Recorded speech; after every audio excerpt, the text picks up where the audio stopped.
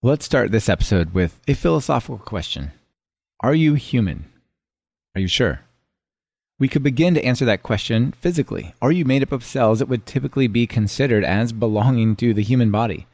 It turns out the answer is maybe. We have many ecosystems within us. Understanding them is essential to our own well-being. In this episode, you'll meet Sebastian Proost, who is using Python to study the bacteria in our world. This is Talk Python to Me, episode 237, recorded September 27th, 2019.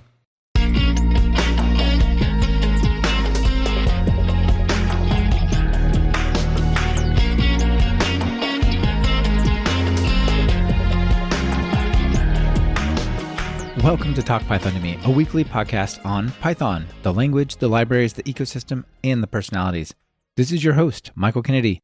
Follow me on Twitter where I'm at mkennedy. Keep up with the show and listen to past episodes at talkpython.fm, and follow the show on Twitter via @talkpython. This episode is brought to you by Linode and Tidelift. Please check out what they're offering during their segments. It really helps support the show. Hey folks, I want to tell you about a new course that we just launched over at Talk Python Training. This course lets you create web apps with pure Python. Now you may be thinking, sure, I can use Flask and create web apps with pure Python now. No, I mean on the browser as well as on the back end. This course is about the Anvil platform, and the course is called Anvil Web Apps with Nothing But Python. And what's really cool is, yes, you have a back end, you can write Python code there, and that's cool. They manage the database, but also they've set it up so you can write Python code and use a visual designer with events on the front end to create a single page app or a spa and write it entirely in Python. So if all the different technologies involved in building web apps are overwhelming to you, but you still need to build a web app, check out this course. It's a 5-hour course and it's even free. Just visit talkpython.fm/anvil-course and it'll take you right there. Log in, click join this course, and you got it. Now let's get to that interview. Sebastian, welcome to Talk Python to Me. Hi, Michael. Thanks for having me. It's great to have you here. It's an honor. We're going to have so much fun talking about some very small things that have maybe a big impact on our world. Exactly, yeah. So we're going to talk about studying bacteria and communities of bacteria using Python, which is going to be fascinating. But before we get to that, let's start with your story. How did you get into programming in Python? So I actually got into programming about 20-something years ago. I was 12. And my favorite game was Quake at the time. And apart from the actual game, I also had a disk with all kinds of modifications. And on there was the source code for the game logic that you need to make your own modification and the Quake C compiler. Now, the cool thing with Quake C is that you can actually decompile the code from other modifications to readable code. So I was just like decompiling stuff I liked, trying to figure out how it worked, and then trying to basically come up with my own stuff. And I never really succeeded into making like the decisive version of Quake, but I did get a pretty good understanding of what's a function, what's a for loop, what's an if statement. So I really learned programming through that medium. I used to play Quake and Doom, and those were fun games. And I remember the mods. I think it was not Quake, but Doom, which was by the same software. It was the predecessor, right? Yeah. And you could change things up. I remember one we had was a Barney mod. Do you know Barney, the dinosaur, weird purple, right? The weird purple dinosaur? Yeah, it would replace all the characters with this dinosaur thing and different dinosaurs, and they made weird noises, and it was amazing. There was another one where it had these super scary creatures, and a friend of mine was playing it, and it was dark, and I like spooked him from behind right as this creature from this mod came out. He got so scared, he ripped the keyboard drawer off of my desk. I thought, oh my gosh, it was just totally frightening. It was so funny. I've really enjoyed those mods. Those are great. It's a really cool way to learn programming. Yeah, I had like a whole bunch of them, and some were like tiny. They were just like a secondary fire for one of the guns. And I was just looking for a way to combine them because you could only load one at a time, and I wanted to have like multiple running at the same time. And so after I played around with Quake C for a while, I did pick up some proper programming languages through high school. But then ultimately, I went on and studied biology. I was a bit in doubt whether it was the right choice or not. Sure. At the end of my biology degree, I noticed that there's something like bioinformatics. So I thought like, oh, that's great. allows me to kind of combine the best of both worlds. And I started a PhD in bioinformatics. Now, at the time, we were using like a combination of Perl with some Java applets for our web stuff. There was also PHP in there. So it was kind of like early days, but yeah, it was kind of like a whole bunch of things glued together. So a couple of years later, when I had the opportunity to start like a new platform, I thought like, okay, I want to stick with like one language for the back end, one for the front end. And that's how I basically discovered Python and Flask. And we haven't looked back ever since. It's just such a convenient way to develop things. Yeah, I got to think that the relevance of Python to biology is even more significant now than it was back then with all the data science developments and the other extra packages getting developed and all. Sure. So in the beginning, bioinformatics was really fueled by Perl. And just over the course of a couple of years, this has been completely taken over by Python. Yeah, I can imagine. Is it a lot? What kind of data files and stuff are you working with? Is it, I imagine like a lot of, genetic sequence character strings, or like what kind of stuff are you working with when you're doing bioinformatics? Right. So this really is dependent on what field you're in. In my case, it's mostly sequence information. So that can be either raw sequences that come from a machine. So those are very, very short reads of about 20 to a couple hundred nucleotides, and the quality scores for each of them, like how reliable they have been sequenced, or can also be like a full genome sequence, which is just a string of several millions of characters. Right, a lot of A, C, T, and G in there. But they're like bioinformatics is a very, very broad field. So there are people that are doing completely different things with other types of data. If you look at metabolite data, those are like the chemical compounds that appear in a certain sample. That's a very different type of data entirely. Okay. It's super interesting. It sounds like a fun place to be working for sure. Biology is super cool. Now let's talk a little bit just at large about communities of bacteria, because as humans, a lot of people are kind of creeped out by bacteria. The thought of like, there's something on my finger, or worse, if I go to like a school and I touch the handle to the door, what other stuff came off of other people, sniffly kids or whatever. Now I have this bacteria on me, and probably it's actually viruses you care about, but whatever, right? People are freaked out about it, but it's a much more common and actually important part of life for all creatures, including humans, right? Like there's a really interesting TED Talk, which I'll link to from your boss. And he starts the TED Talk with something like, "So you think you're a human, huh?" Yes. So I might have to creep those people that are afraid of bacteria out a little bit more, because basically for every cell that makes up your body, there is a bacteria somewhere on or in your body. And if you look at your genetic information, the number of genes that you have compared to the total number of genes those bacteria have, that's like almost 100-fold higher for bacteria. Wow. So there's 100 times more genetic information of bacteria on us, and we're about 50-50 in, maybe not in mass, but in terms of number of cells. Exactly. Just half bacteria, half human cells. Exactly. That's going to take a moment to sink in. Now, I kind of knew that, but there's another stat that you threw out there that just, numbers. I think this is an interesting topic, partly because these numbers are so big and the things are so small that it's hard to have a concept around it. It's hard to conceptualize it. So you said that if you get, say, a gram of soil, that a gram, I mean, that's like tiny, right? Like a little sugar cube size bit of soil that has up to 1 billion bacteria in it. Just that little square, right? Yes. So it's like a very, very minute amount of material, and there's like a ton of bacteria in there. And if you look at the complexity or the number of different species in that sample, that's stellar. Like in that single gram of soil, you could easily have like 10,000 different kinds of bacteria. So it's a very, very complex environment, and that interacts really with, in case of soil, the roots of plants, right? On our body, there are so many different bacteria on our skin, but also on the inside in our gut.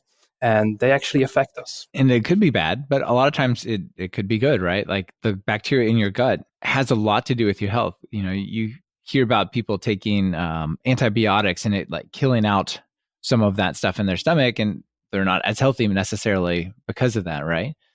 So yeah, it's crazy. We actually tend to think of bacteria as something that causes disease, that causes inflammation and infections, right? But a lot of bacteria can do exactly the opposite thing. A lot of the bacteria that are living kind of like as our symbionts, really, they're essential for our health. So they can really improve our quality of life. Right. Maybe they help you with digestion, like certain types of proteins or things can be broken down because they're there, right? Yeah, I can imagine so. So I'm mostly on like the computational part. So I'm not like microbiologist. So that's a bit farther off what I'm doing. Yeah, sure. But so there are tons of bacteria that are actually beneficial for us as well. So we really need them as much as they need us. Yeah, I think at least in the US, there's been a trend against things like antibacterial soap and stuff like that that tries to completely kill off bacteria. I think as much as it might creep people out, I think there's a realization that bacteria are important. Yeah, and I think that's true, right? Like if you take antibiotics, you're killing off the bad guys. But if it's a broad spectrum antibiotics, you're also killing some of like the healthy bacteria, the ones that you do need. And that actually has a long lasting effect on your microbiome. So it takes a while to recover from that. So people are really looking into like kind of like better ways to treat these infections. Yeah, for sure. So we had this quote or this number that there's 1 billion bacteria in a gram of soil and there's 10,000 different kinds of bacteria. So how do you come up with that? Do you like train grad students to recognize bacteria and they take notes or and they spin around count? Like, how do you come up with that number? Like, you can't be counting it, right? Yeah, usually when I tell people, like, we look at the amount of bacteria and which bacteria are in like different samples, they think of me hunched over a microscope and just counting what I see. It doesn't quite work like that. So all bacteria in their DNA have like a small part, and it's kind of like similar enough that we can pick it up and copy it from all those different species of bacteria, but it's different enough that we can actually identify them to some extent. So there are like tiny differences in that sequence, and that allow us to kind of like see like, okay, this read is different from that read. So what we do is we basically take the DNA, copy over that one part a bunch of times, and then sequence all the DNA in those copies. And that allows us to kind of like look in databases, like which part matches like which bacteria. And if we get more reads from one specific bacteria, then we know, okay, there's probably more of them in the sample than from another one where we see fewer reads. Right. You just basically count the number of matches of that species DNA, and you say, well, that must be roughly representative of its ratio in the general population. Exactly right. But this is kind of like a fingerprint, if you want. So it tells us that a certain bacteria with that sequence is in the sample, but it doesn't tell us all that much about the sequence, about the bacteria that we're looking at. There's also like a more modern version, if you want, where we really try to go in and sequence everything, all the genetic information in the sample, and that gives us much more detail about what those bacteria can do, because we get the full genome information for at least some of them. But for now, our research is mostly based on the fingerprint sequencing. Sure. So something I've always wondered about just sequencing DNA in general is, you've got so many cells mixed in there, and especially in this case, you've got different species mixed in there. Like, how do you know that this part is all one species? How do you separate that? How does it not just look like a giant scramble of, if everyone in a room took their name and put them into letters and just threw that into a bucket, like how do you know which goes right back to which, right? How's that happen? In case for the sequencing, the amplicon sequencing, it's kind of like built in the design that it's designed to deal with that kind of information. If you really take like everything, then you need to sequence pretty deep, that there's like some overlapping parts in there, and that allows you to assemble different genomes. But there are like other techniques that people use as well, looking at the number of times you see a certain copy, because that means that it needs to be from a bacteria that's equally abundant, give or take, right? So that allows people to link certain parts together. But that's not something I've actively done myself yet. Sure, so I might actually be giving wrong information here. So be a bit careful. Yeah, no worries. It just seems super interesting to me that we're able to do that with such certainty and accuracy, given like how messy that it seems, So it's, I don't know, there's a lot about science. It's pretty amazing. Yes, absolutely. For sure. Let's go with the fingerprint side of things that you've been working on most recently. You've got some soil or some other area that you've gotten this bacteria from. You've done the sequencing. You have these ratios of different fingerprints. This is probably where you start using some Python to answer some questions, right? Exactly, right. So at that point, let's say you have about like 1,000 different samples and you get like the relative abundance of 10,000, 20,000 different bacteria across all those samples. Then you need to start using Python or some other framework to make sense out of it. So normally, actually, you should collect metadata for all your samples. So that describes how a sample was collected, right? So for soil, you might want to get the parameters of that soil, like the pH, nutrients that are in there, the place where you sampled it, how much water is in there, right? If it's from a human, you might want to ask them some medical questions. You might want to get some information about their age, their body mass index, stuff like that, right? And you need to really pull all those things together to get some new insights in biology, microbiology. And to do that, Python is a great platform. Sure it is. That's awesome. So are there like packages or libraries specifically built to address those types of questions? There are some packages specifically for microbiology. I think Chime is called. Also, Pandas and NumPy, like your traditional data science packages, work really well for these kind of questions. So yeah, if I need to do some very specific analysis, I like to fire up Jupyter notebook and just load everything in a data frame and start working with that. Yeah. The problem is that like the farther you are in your analyses, the more and more in-depth knowledge you need to have about microbiology or the specific environment you're looking at. And very often the biologists that have that knowledge, they don't have the computer skills to kind of like make sense of the ginormous matrix of abundances combined with metadata. And so what I try to do is actually develop a platform where we can upload those matrices with all the abundances. And then there's an interface hooked up to it that allows people without like the bioinformatics skills to also make sense from that data. How do they do it? Is that visually with like graphs and pictures or like heat maps, or is that like CSVs and drop down into Excel, or what do you end up giving them? So it's kind of like a combination of all of those things. Right. Okay. So on the front page, there will be like a search button, very similar to what you will find on Google, right? So where you can just type the name of their favorite bacteria and just see how abundant it is across the different samples. And you can group samples based on different things in the metadata. There are also different tools that allow you to visualize bacteria that are very often found together in samples as a network. So that's an interactive, people can drag and drop things, color code the nodes or the edges based on the properties that they want. And this is all a combination of basically Flask and Python in the back end, and then some JavaScript on the front end. So it's all like online that they can basically use their browser as an interface to the data. This portion of Talk Python to Me is brought to you by Linode. Are you looking for hosting that's fast, simple, and incredibly affordable? Well, look past that bookstore and check out Linode at talkpython.fm/Linode. That's Linode. Plans start at just $5 a month for a dedicated server with a gig of RAM. They have 10 data centers across the globe, so no matter where you are or where your users are, there's a data center for you. Whether you want to run a Python web app, host a private Git server, or just a file server, you'll get native SSDs on all the machines, a newly upgraded 200 gigabit network, 24/7 friendly support even on holidays, and a 7-day money-back guarantee. Need a little help with your infrastructure? They even offer professional services to help you with architecture, migrations, and more. Do you want a dedicated server for free for the next 4 months? Just visit talkpython.fm/Linode. Is this the thing called MetaConnect that you built? Exactly, yes. So it's not published yet, so it's not out there for people to look at, but I hope to get that done soon. Nice. So this is the website that you just described, written in Python and Flask. Is it tied to your university work or a company you work with?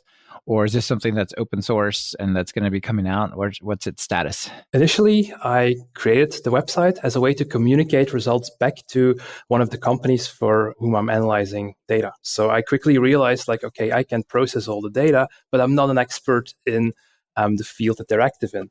So I'm going to need some way to get the data to them in a way that's useful for them, right? Yeah. So that's how it started. But we have lots and lots of different projects, also academic ones in the group. And one of them is the Flemish Gut Flora project, where we're trying to get like an impression of the bacteria that are resident in the gut of humans, mostly within the Flemish population. So Flanders is like the north part of Belgium. Yeah. So would you say that that is the most important or the most influential bacterial community that humans interact with or affect humans? Like, I mean, there's bacteria in our skin, it's in our hair, all over, and so on. But our stomach probably has a bigger effect than others. Well, there are quite a lot of bacteria in there, right? So if you take a stool sample, there's somewhere between 1 billion and 1 trillion bacteria in there, so even more than soil.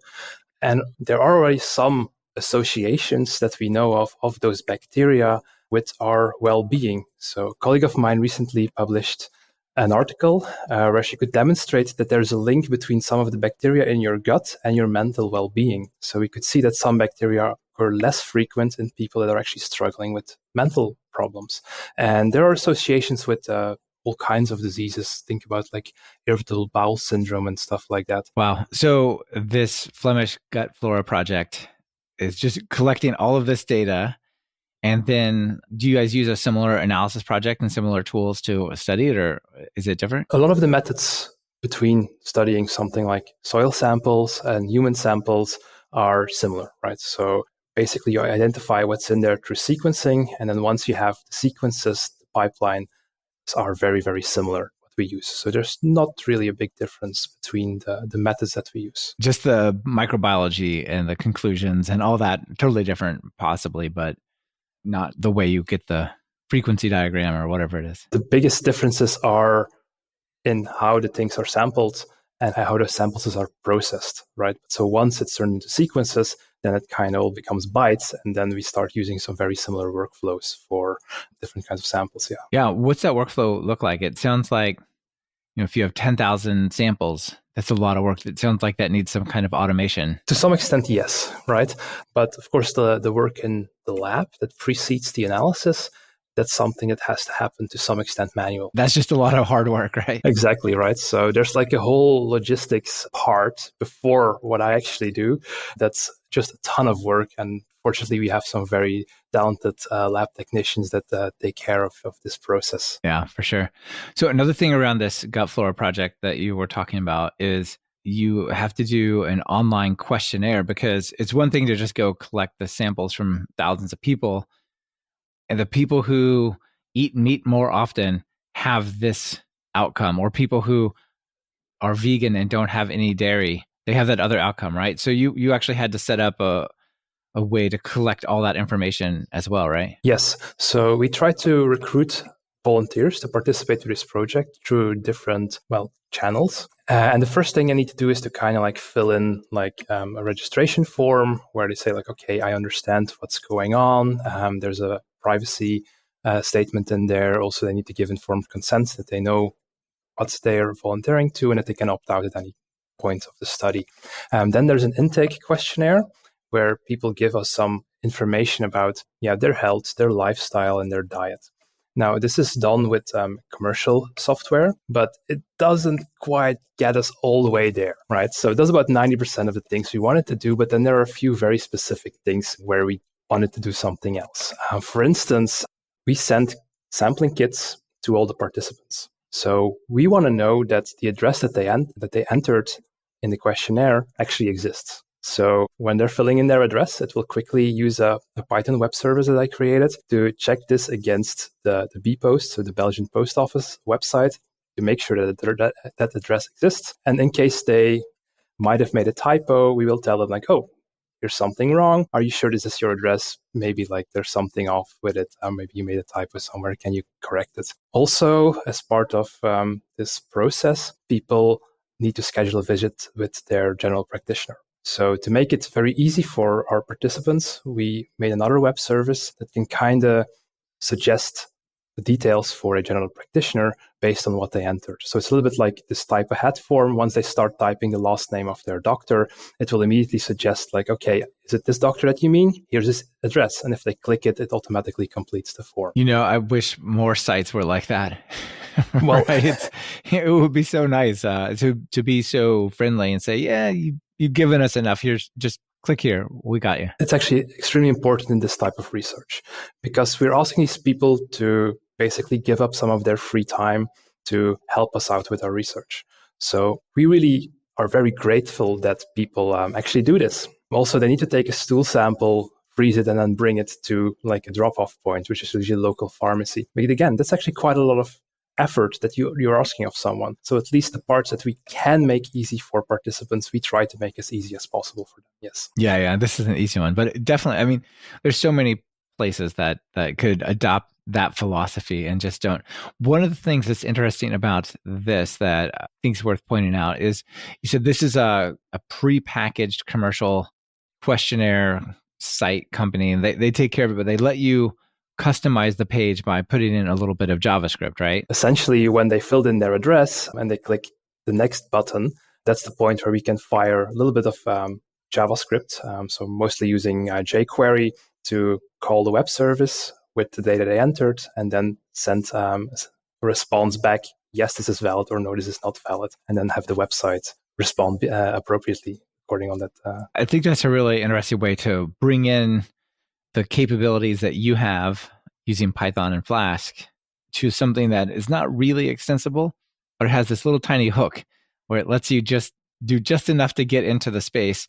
And, it lets you not have to say, well, we either can use this the way it is, or we can from scratch build our own questionnaire site, but we can just lay on top of it. It definitely feels a little bit like cheating, right?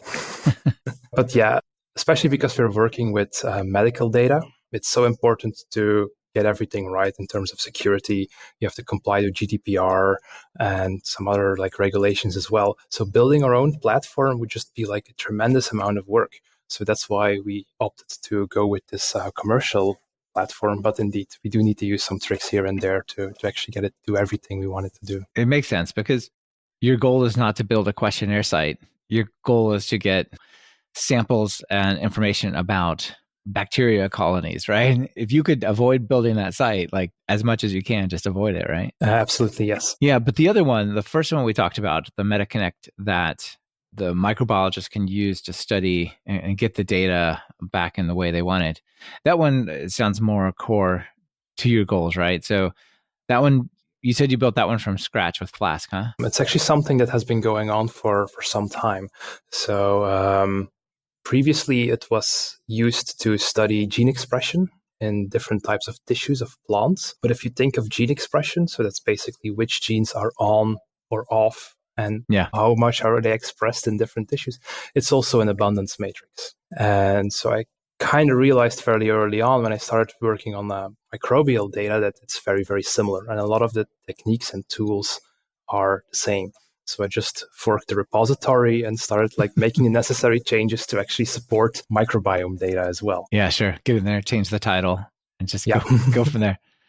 Nice. Yeah, tell us about it. Tell us about some of the technologies that you used and stuff like that. Biological data is actually very well suited for relational databases. So usually you have like a species or a data set, and then there are sequences related with that. And with a sequence, you can have functional information. You can group sequences into clusters or gene families. So you kind of have this like structure that fits a hierarchical or a relational database very well. So there's definitely some MySQL connection there. And for that, I'm using all like the Flask packages. So just Flask MySQL Alchemy is in there. When you're uploading the data through like an admin panel, so that's just Flask admin that I used. The users don't actually get to see that part. So it's a very standard interface. So through that interface, you can upload the data. So basically as a bioinformatician, you processed all the reads that you got, and you have your abundance matrix and you upload it. So then there are some standard analyses that are just triggered on the server and just ran as soon as you upload the data. It's being right. So some sort of like data ingestion. Yeah, it loads it up, converts it into the database format, things like that. Exactly right. And so it also does a couple of analyses immediately as you upload the data. And so for that part, I'm just using like pandas, NumPy, and the scikit-learn to kind of do that kind of stuff. So just a whole lot of Flask going on there on the back end. It's cool that you're using Flask admin. And of course, if people don't have to, they don't see it. If it just the admin see it, it could just, admin panels are always like the worst looking part of the UI. Exactly right. So the parts that actually users get to see, that's something where I do spend a bit more time on how it actually looks. Nice. So this thing, the goal is going to be to open source it. Do you think that it makes sense? I guess probably it doesn't make sense to run it as like a service that's people can generally use, or does it? But I'm thinking because of the privacy, but maybe if it's for things like plant data and stuff, like the plants don't have a GDPR. Yeah, that's true. Is it something that can be generally useful as a site or just as a project people could clone for their projects? So I kind of see a couple of different use cases for this. So one is communication, right? Let's say you did an awesome study with some microbiome data that you can make public. You could actually set up your own platform, upload all your data in there, and use this kind of like a supplementary web page to your publication. So it's a great way for communicating things to other people that might not have the bioinformatics expertise to do that kind of analysis themselves. I also personally use it a lot to just locally run it, upload the data set that I'm analyzing, and I just get like all those tools at the click of a button rather than using different scripts and making all those like one-off scripts to do some kind of analysis. It's almost like a GUI on top of the libraries that you guys are using to study the bacteria. It really simplifies analyzing the data. There are also now some students that are starting to use it in our group. So they have their project, they have their samples. They went through the learning curve to learn how to process the reads and get that abundance matrix. It's mostly done using R scripts. So at that point, it's kind of like nice if you can give them something that's nice and easy to finish up the rest of the analysis. And so that's also a use case that we have. Yeah, you talked about having students maybe working on some new projects that are kicking off at the university there. For students out there listening, what kind of skills, maybe they studied biology or maybe they just studied data science in some way. What kind of skills do you look for people to work on your projects? If it would be to extend something like MetaConnect, it would be nice to have someone that has some coding skills already. Right. So this semester, there will be one student and he'll definitely be working a little bit on the code of MetaConnect. So then I'm looking for someone that has some coding skills, but also having some understanding of the biology is necessary. Right. You don't get that far if you don't understand any of the biology at all. So it's really like this combination. And bioinformatics is such an interesting and broad field that the amount you need of either the informatics or the biology can differ based on different projects. So projects that I would supervise, they would generally not include any work in the lab, but there are also people who are doing kind of like the combination of some lab work with some bioinformatics. That's also perfectly possible. Yeah, I'm sure, it sounds fun. And students are always looking for research projects to be part of so that they can, make those connections at universities. But it's interesting just to think about, biology students trying to get into the software side, kind of like you did with bioinformatics, or the reverse, right? Software people who are kind of interested in biology and whether they can cross over for that. Actually, I know people did it both ways, right? So there are plenty of like bioinformaticians that have a background in biology, and then the first couple of years really struggled with the scripting, picking up those kind of skills. And I know people that have like a traditional CS degree and that way got into bioinformatics. So both are possible. Actually, it was a couple of years ago necessary to pick one path or the other because there was no formal master in bioinformatics at the university at the time. So now we actually have that kind of course at the university. So you can also decide to just do a bioinformatics master.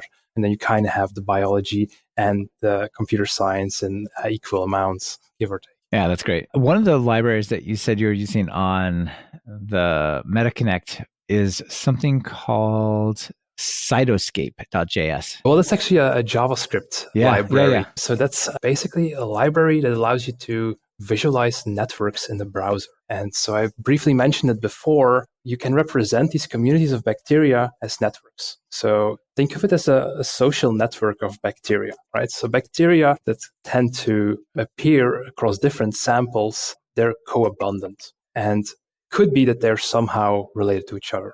They're either dependent on each other or maybe they're dependent on the same other resource. But the thing is, you spot them very often in the same samples. And so that allows you to kind of like represent the bacteria as nodes and draw an edge between them. Allows us to kind of study little communities of bacteria because we do expect that bacteria that are often in the same samples somehow need each other to do what they need. This portion of Talk Python to Me is brought to you by TideLift. TideLift is the first managed open source subscription, giving you commercial support and maintenance for the open source dependencies you use to build your applications. And with TideLift, you not only get more dependable software, but you pay the maintainers of the exact packages you're using, which means your software will keep getting better. The TideLift subscription covers millions of open source projects across Python, JavaScript, Java, PHP, Ruby, .NET, and more. And the subscription includes security updates, licensing, verification and indemnification, maintenance and code improvements, package selection and version guidance, roadmap input, and tooling and cloud integration. The bottom line is you get the capabilities you'd expect and require from commercial software, but now for all the key open source software you depend upon. Just visit talkpython.fm/tidelift to get started today. And I bring it up because it looks like such a cool library. Obviously, it just does graphing type stuff, but the variety of the visualizations there are super cool. So people who are looking to draw those types of relationships, I think there's a lot of stuff to take here. There's even one where it represents like different animals linked together, and the vertices are actually pictures of animals and stuff like that. So it's a really nice library for that. Was it pretty easy to use? It's very, very performant in terms of drawing the graphs, but you kind of have to build the interface around it. It just draws nodes and edges, gives you some functions to interact with them. But if you want to have like an option to change the color of the nodes, those little things you have to add yourself. So it's pretty straightforward once you have your data in the right format to visualize it using Cytoscape.js. I struggled quite a bit to build the interface and all the buttons that I required for my viewer to get them to link. To get it to behave just right. Exactly. Yeah. So sure. It's one thing to draw it, it's another to make it interactive. For sure. So one of the areas that I thought would be fun to talk about would be the pressures of being in an academic space and what counts as like merit and credit in that world versus industry. So it sounds like a lot of the work that you're doing is around academics, but you also have a little bit of industry experience going on at the same time. And, you know, in academics, it's all about the academic paper, right? Yes. Is that a challenge for my goal is to build this cool library in Python to help biologists, but I can't publish that. So what am I going to actually do along with that? Or what's the tension like there? I am analyzing some data for a company, and I think it's a really cool project, but it's their intellectual property. So I'm not talking too much about it. And so basically the findings there, that's all the company's thing. But so software that I'm designing, that's more the academic part of it. It's true that like in academia, basically your worth is measured by the number of publications that you have. So I need to kind of keep a balance between them, right? So I need to make sure that I also get some publications for my resume. Do you think that the industry is going to, or academia, I guess, is going to change somewhat to recognize software contributions as part of research more? I mean, this is not a problem related, just focused on biology, right? This is a problem in physics and chemistry and mathematics and astronomy, right? Whatever, right? Anywhere where there's people building these great libraries, that's taking away from their time to do research, maybe. If you're really building like a library for other people to use, for sure, that's going to be an issue. I've mainly been developing applications. And so then the way we did it was we kind of released the application along with a data set, and then you can kind of do some research with that data set as well. So you kind of have then a combination of novel data set with novel software, and people can start using it. And that can also become like a publication on its own. However, there it does make it challenging to keep on supporting the software, because once the publication is out, right, you got what you need. There's no more reason to keep adding features to it or whatever, right? Yes. So then either need to continue basically building a larger data set in combination with better software to kind of keep it going. And so I think during my PhD, one of the projects I was working on, we really were very successful in doing that. It was always a combination of like, here's an online platform with like a cool tool that we developed, but also each time here's like a larger data set, more species included. It certainly makes sense to build tools and applications to answer your questions, right? Because I've worked in research groups before, and a lot of the work was, we need to answer this question. We need to visualize this thing. We need to transform that data. And it was just writing software to do that. So have you heard about the Journal of Open Source Software, JOSS? I have. I actually think it was through one of your podcasts that I learned about it. Yeah. Yeah, we had him on the show. Is that something relevant in your space? So far, I don't have any experience with it, but I do like the idea of breaking down these like big research projects into smaller components that can be reused, right? MetaConnect, for instance, is definitely a monolith. Yeah, it's like a whole package based on that does so many different things.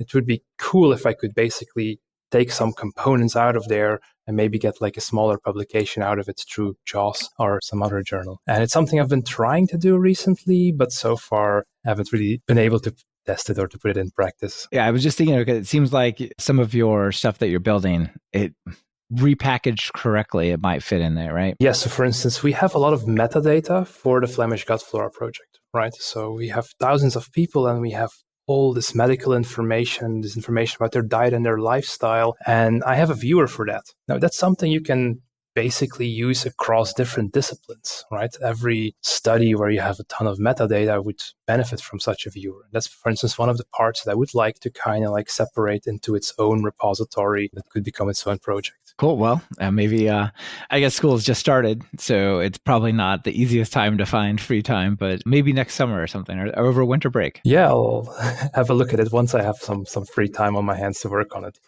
Absolutely. So where's this research going and what are you building next? Like what more analysis do you want to do? What more libraries or apps are you building? I'm actually quite happy with the microbiome studies. It's, I think, a very challenging field. And a lot of the things that we are doing now are association studies. So we look at a population and see like, okay, if you have more of this bacteria, then maybe there's a higher chance that you have a certain disease.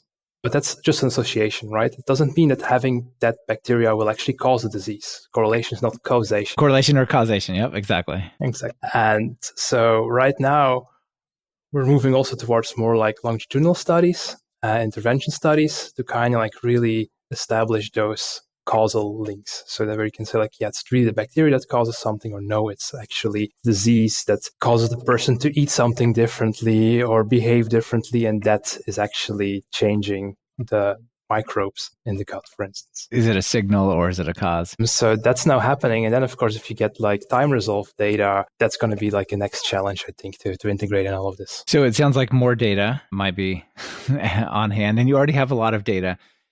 Where does machine learning factor in your world? Have you tried to use like machine learning models to understand this and make these inferences? I know machine learning is extremely good at taking a picture and saying, oh, that means it's like this. But what about one of these like abundancy grids or something like that? One of the things that we noticed, or that basically my colleagues noticed a couple of years ago, is that we can kind of stratify the Flemish population into 4 different groups based on the bacteria that are in the gut. What is the distinctions there, the categories? Certain people just have like more of one kind of bacteria, right? And that seems to be kind of like one group. And they're not distinct groups. It's more like a spectrum. But so we noticed there are these 4 different groups, right? So one of the things that would be nice is if basically we could use some machine learning to automatically classify new samples into these different enterotypes. Yeah. You could also start thinking of kind of try to predict something based on